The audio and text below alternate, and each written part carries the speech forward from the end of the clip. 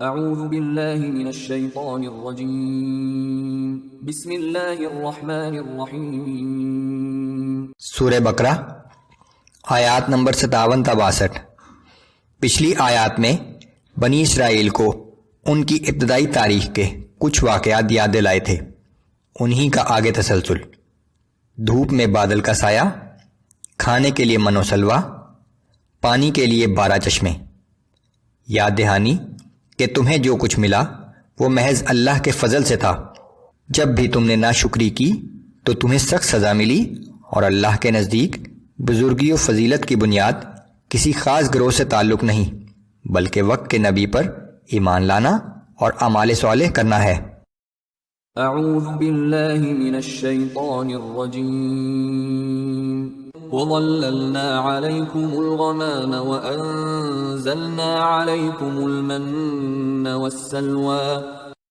اور یاد کرو جب ہم نے تم پر دھوپ سے بچنے کے لیے بادل کا سایہ کیے رکھا، اور کھانے کے لیے ہم نے تم پر من و سلوا اتارا۔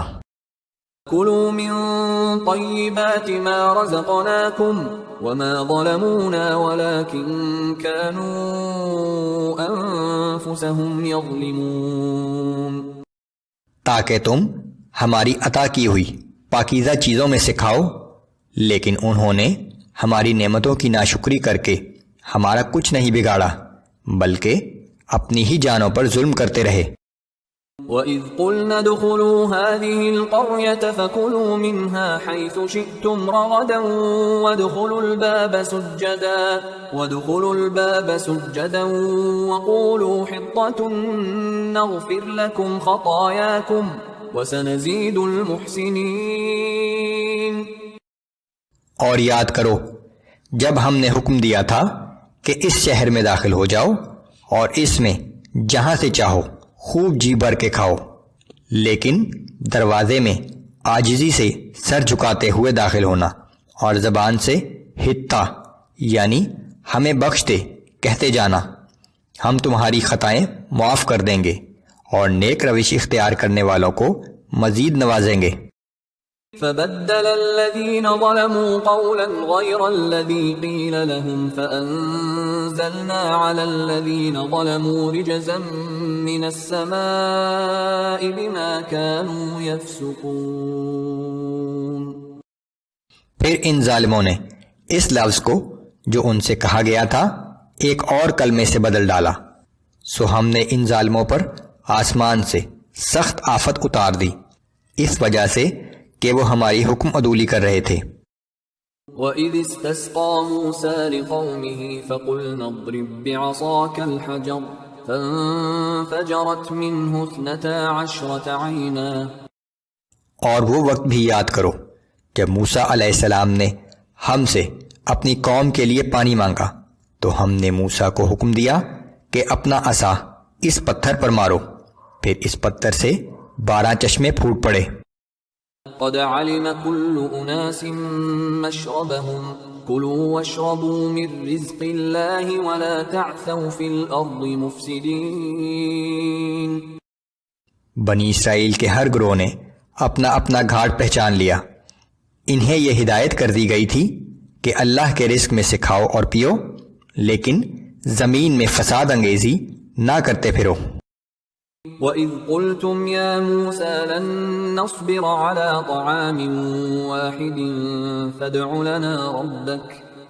لَنَا رَبَّكَ يُخْرِجْ لَنَا مِمَّا تُنبِتُ الْأَرْضُ مِن بَقْلِهَا وَقِثَّائِهَا وَفُومِهَا وَعَدَسِهَا وَبَصَلِهَا۔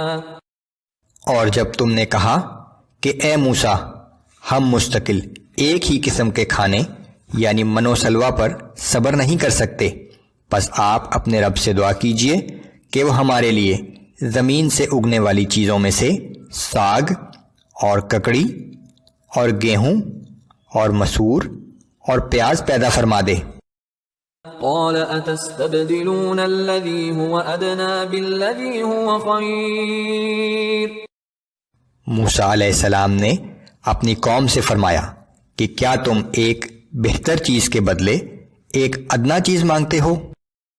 اهبطوا مصرا فإن لكم ما سألتم اگر تم یہی چاہتے ہو تو کسی بھی شہر میں جا اترو، بلا شبہ وہاں تمہیں وہ سب کچھ مل جائے گا جو تم مانگتے ہو۔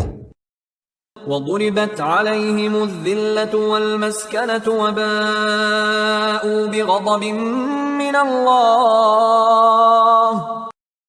اور آخر کار ان پر ذلت و خواری اور پستی و بدحالی مسلط کر دی گئی، اور وہ اللہ کے غضب کے مستحق ہو گئے۔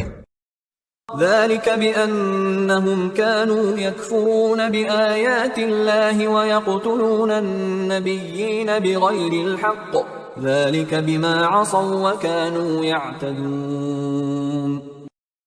یہ سب کچھ اس وجہ سے ہوا کہ وہ اللہ کی آیات کا انکار کرتے تھے اور اپنے انبیاء کو ناحق قتل کرتے تھے، اور یہ اس بات کا نتیجہ تھا کہ وہ نافرمانی کے عادی ہو گئے تھے اور حد سے بڑھ جاتے تھے۔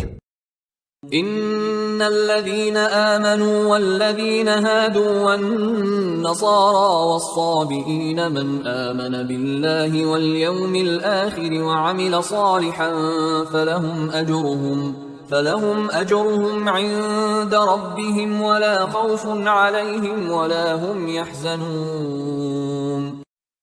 بے شک جو لوگ ایمان لا چکے ہیں یا وہ لوگ جو یہودی، نصارہ یا صابی ہیں، ان میں جو کوئی بھی اللہ پر اور آخرت کے دن پر ایمان لائے گا اور نیک اعمال کرتا رہے گا تو ایسے لوگوں کا اجر ان کے رب کے پاس ہوگا، ان پر نہ کوئی خوف ہوگا اور نہ وہ غمگین ہوں گے۔